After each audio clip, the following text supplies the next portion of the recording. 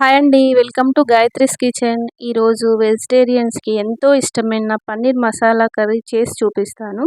ఈ కర్రీ చాలా సింపుల్‌గా, ఈజీగా ఇంట్లోనే తయారు చేసుకోవచ్చండి. ఈ కర్రీ టేస్ట్ అయితే రెస్టారెంట్, దాబాలో కంటే కూడా మనం ఈ విధంగా ఇంట్లో చేసుకుంటే చాలా బాగుంటుంది. ఈ కర్రీ రోటీ, నాన్స్, బిర్యానీ, వైట్ రైస్ అన్నింటిలోకి బాగుంటుంది. ఇప్పుడు ఈ కర్రీ ఎలా తయారు చేసుకోవాలో చూపిస్తా. నేను ఒక 200 గ్రామ్స్ పన్నీర్ తీసుకున్నాను. ఈ పన్నీర్ మనం ఇంట్లో కూడా తయారు చేసుకోవచ్చు. ఆ వీడియో కూడా పెడతాను. పన్నీర్ ఎప్పుడు తీసుకున్నా కూడా ఫ్రెష్‌గా ఉండేలా తీసుకోండి. ఫ్రెష్‌గా ఉంటేనే టేస్ట్ బాగుంటుంది. స్మూత్‌గా ఉంటుంది. కర్రీ టేస్ట్‌గా వస్తుంది. ఈ పన్నీర్‌ని ఈ విధంగా అంటే క్యూబ్స్‌లా కట్ చేసుకోండి. ఇలా ఉంటే సరిపోతుంది. ఇలా కట్ చేసి పెట్టుకోండి. ఇప్పుడు ఒక ప్యాన్ తీసుకొని ప్యాన్ వేడెక్కిన తర్వాత దీంట్లోకి ఒక హాఫ్ స్పూన్ వరకు ఆయిల్ యాడ్ చేసుకోండి. ఆయిల్ వేడెక్కిన తర్వాత దీంట్లోకి కొంచెము పసుపు, అదేవిధంగా దీంట్లోకి హాఫ్ స్పూన్ కారము, ఇంకొంచెము గరం మసాలా యాడ్ చేసుకోండి. అలాగే ఉప్పు కూడా యాడ్ చేసుకోండి. ఇవన్నీ వేసుకొని పన్నీర్ ముక్కలు కూడా వేసుకొని కొంచెము ఒక నిమిషం పాటు ఫ్రై చేసుకోండి. ఇలా ఫ్రై చేసుకోవడం వల్ల మసాలా అంతా ముక్కలకు పడుతుంది. టేస్టీగా ఉంటాయి పన్నీర్ ముక్కలు. దీన్నంతా ఫ్రై అయిన తర్వాత ఒక నిమిషం తర్వాత తీసి పెట్టుకోండి. ఎక్కువసేపు ఫ్రై చేసుకోవద్దు, గట్టిగా అవుతాయి. ఇప్పుడు అదే ప్యాన్లో ఇంకొంచెం ఆయిల్ వేసుకొని దాంట్లోకి గరం మసాలాలండి, ఒక 3 లవంగాలు, 2 ఇలాచి, దాల్చిన చెక్క, మిరియాలు, షాజీరా, అనాసపువ్వు ఇవన్నీ వేసుకొని లైట్గా ఫ్రై చేసుకోండి. ఇలా ఫ్రై చేసుకున్న తర్వాత ముందుగా కట్ చేసి పెట్టుకున్న ఉల్లిగడ్డ ముక్కలండి, మీడియం సైజ్ ఉల్లిగడ్డ అయితే సరిపోతుంది, అవి వేసుకోండి. అదేవిధంగా కట్ చేసి పెట్టుకున్న 2 టమాటాలు వేసుకొని దీంట్లోకి ఉప్పు కొంచెం వేసుకొని కలుపుకోండి.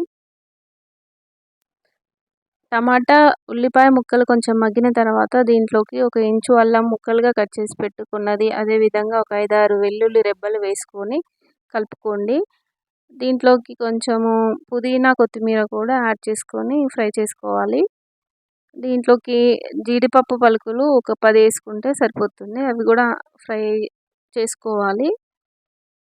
అలాగే ఒక 5, 6 పచ్చిమిర్చి ముక్కలు కూడా వేసుకొని మంచిగా ఫ్రై చేసుకోండి.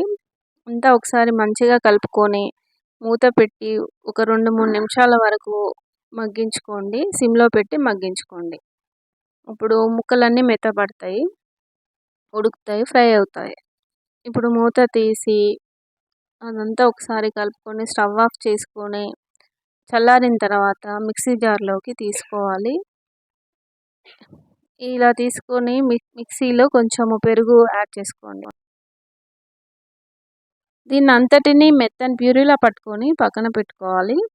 ఇప్పుడు ఇంకో ప్యాన్ తీసుకొని ప్యాన్ వేడెక్కిన తర్వాత దీంట్లోకి ఆయిల్ వేసుకొని ఆయిల్లోకి కొంచెం 1 స్పూన్ వరకు బటర్ వేసుకోండి.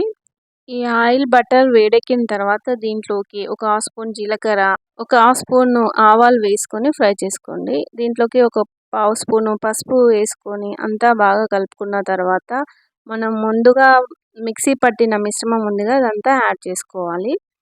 ఇలా యాడ్ చేసుకొని అంతా మంచిగా కలుపుకోవాలి. అంటే ఈ మిశ్రమం అంతా ఆయిల్లో ఫ్రై అయ్యేటట్టు చూసుకోండి. ఇలా ఫ్రై చేసుకుంటే ఒక నిమిషం పాటు ఫ్రై చేసుకున్న తర్వాత 1 స్పూన్ కారం యాడ్ చేసుకొని బాగా కలుపుకోవాలి. అదేవిధంగా దీంట్లోకి ఒక హాఫ్ గ్లాస్ వరకు వాటర్ యాడ్ చేసుకోండి. గ్రేవీ ఎంత కావాలో దాన్ని బట్టి వాటర్ యాడ్ చేసుకోవాల్సి ఉంటుంది. ఇలా ఉడుకుతున్నప్పుడు దీనిపై మూత పెట్టుకొని ఒక 5 నిమిషాల పాటు సిమ్లో మగ్గించుకోండి. ఇప్పుడు దీంట్లోకి కొంచెము కరివేపాకు యాడ్ చేసుకొని అదేవిధంగా పచ్చిమిర్చి చీల్చి వేసుకోండి, బాగుంటుంది టేస్ట్. ఇలా వేసుకొని అంతా ఒకసారి కలుపుకోండి. ఇప్పుడు ఇందులోకి మనం ముందుగా ఫ్రై చేసి పెట్టుకున్న పన్నీర్ ముక్కలు ఉన్నాయి కదా, వీటిని వేసుకొని అంతా బాగా కలుపుకోండి. ఈ మసాలా అంతా పన్నీర్ ముక్కలకు పట్టే విధంగా అంతా మంచిగా కలుపుకోవాలి. ఇలా కలుపుకున్న తర్వాత మూత పెట్టి ఒక 2, 3 నిమిషాల వరకు మంచిగా మగ్గించుకోండి. ఇప్పుడు మూత తీసి చూస్తే ఆయిల్ తేలుతుందండి. ఈ విధంగా ఆయిల్ పైకి తేలితే సరిపోతుంది. దీంట్లోకి ఒక స్పూన్ వరకు ధనియాల పొడి యాడ్ చేసుకోండి.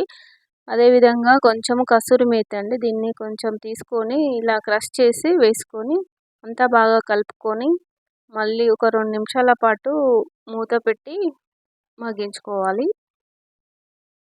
ఇప్పుడు చివరిగా కొత్తిమీరని యాడ్ చేసుకోవాలి.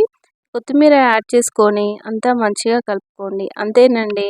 ఎంతో టేస్టీ అయిన ధాబా స్టైల్, రెస్టారెంట్ స్టైల్‌ని మించిన అదిరిపోయే టేస్ట్‌తో సింపుల్‌గా చేసుకునే పన్నీర్ మసాలా కర్రీ రెడీ అయిందండి.